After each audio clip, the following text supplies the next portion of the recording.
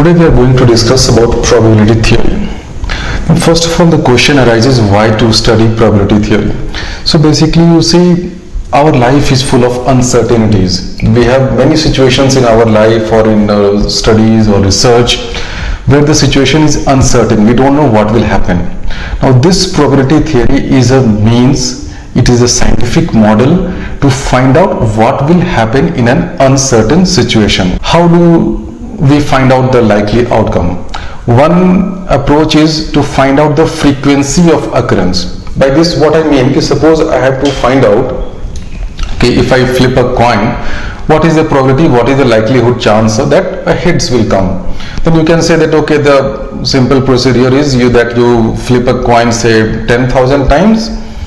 So what I will do, I will flip a coin say 10,000 times, and suppose I get that, okay, 5,500 times head is coming and the remaining 4,500 times tails is coming. Then I will say that, okay, the probability of head is 5,500 divided by 10,000, that is around something like 55%, or if you write it in terms of probability, it will come with probability of head will be 0.55 and probability of tail will be 0.45. So this is one approach, this is one way by which we find probability, the chance of an event happening. That is, you do it n number of times and let this n be a very, very large number so that we get a reasonably good estimate of the probability.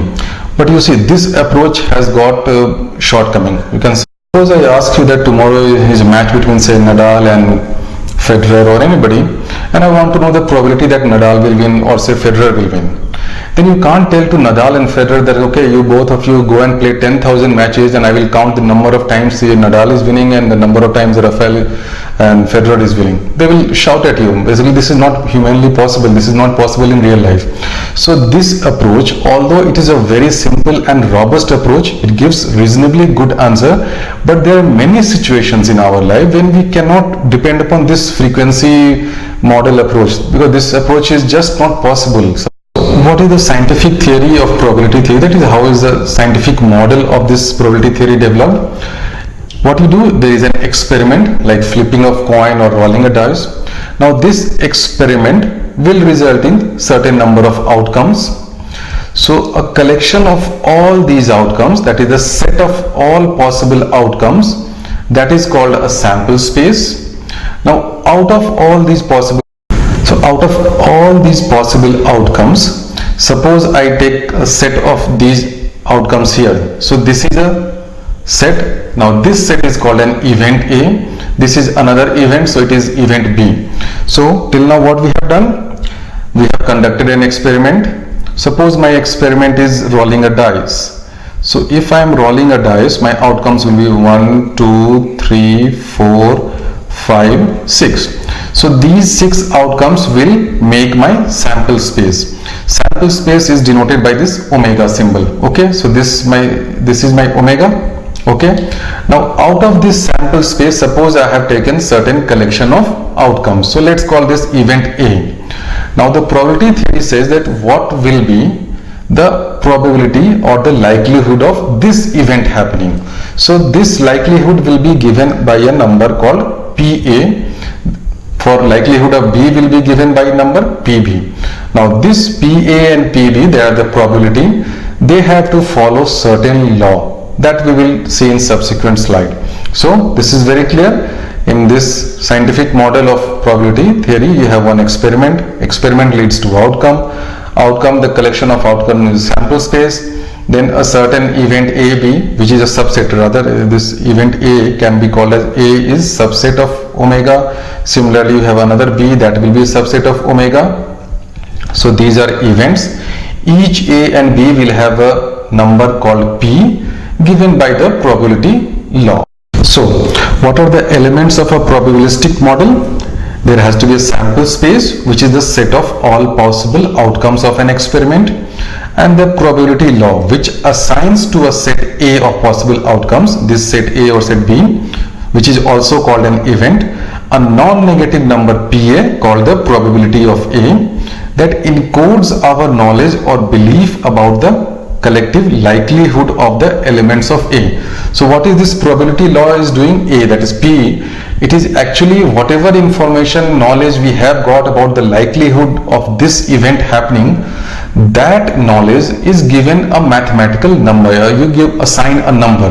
Now that number has to be non-negative. That is one of the axioms of probability which we will see in the next slide. So it has to be a non-negative number, and this PA is assigned to each and every event. Okay. The probability law must satisfy certain properties to be introduced shortly. I will introduce in next slide. Now what is an event? An event A is a subset of the sample space omega, which I had shown in last slide. Now this sample space has certain properties. Now what is that sample space? We know that sample space is the list of all possible outcomes. Now this list must be mutually exclusive and it should be collectively exhaustive. These two terms look very intimidating to a newcomer, but they are very simple. What it means by mutually exclusive means, suppose I do an experiment. Okay, suppose that famous experiment of rolling a dice. Okay, so I am rolling my dice. What will be the outcomes? 1, 2, 3, 4, 5, 6. By mutually exclusive, I mean that only one outcome can occur at one point of time. So that, suppose I am rolling a dice, so either I will get 1 or I will get 2 or I will get 5.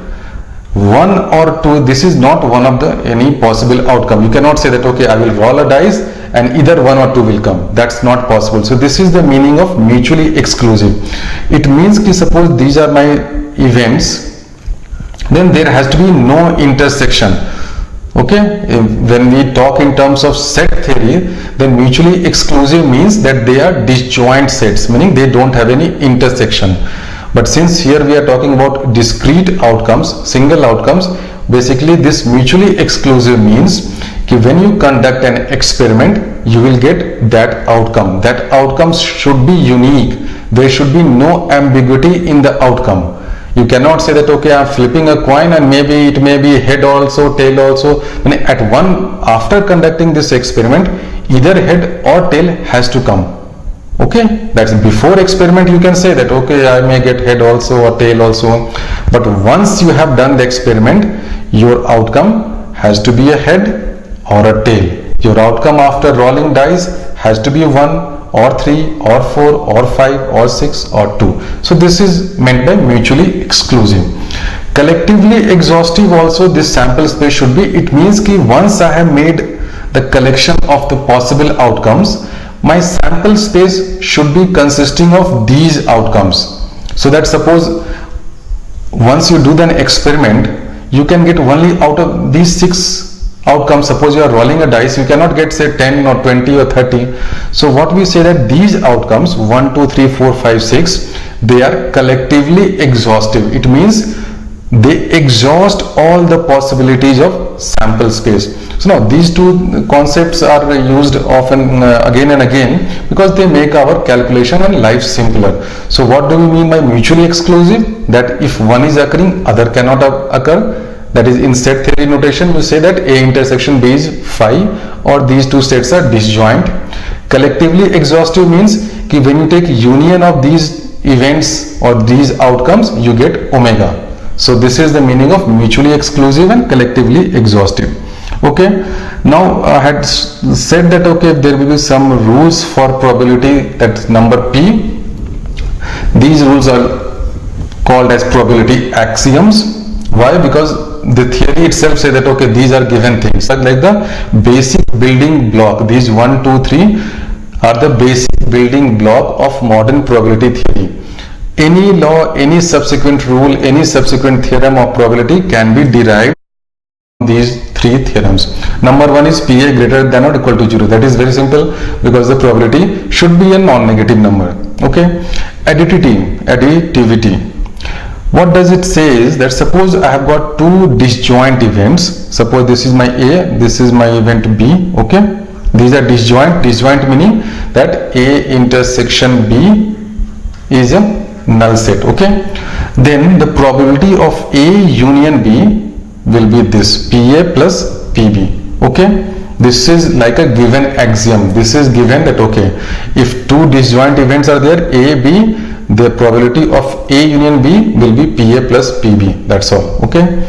So this we can generalize. Suppose instead of two events, if I have got say n events, and all those n events are disjoint, meaning nobody is overlapping with other, there is no intersection between A1, A2, An, I can say probability of A1 union A2 is equal to summation PA1 plus PA2, and this I can generalize for an infinite number of A1, A2 also. Okay. So this is a very general axiom that when you are having disjoint events, the probability of union of those events will be summation individual probability. And the third rule says that okay, if this rectangle is my omega, then probability of omega is equal to 1, and it has to be, because why? Because I have taken that outcomes are exhaustive, meaning all if I do my experiment, suppose this is my experiment, then all the outcomes have to lie somewhere here. This experiment will lead to outcomes somewhere here. So what I can say, that probability of omega is equal to 1. Why 1? Because the experiment has to generate an outcome, and that outcome has to lie somewhere within this omega. So P omega is equal to 1. Now based upon these three things, I can derive anything.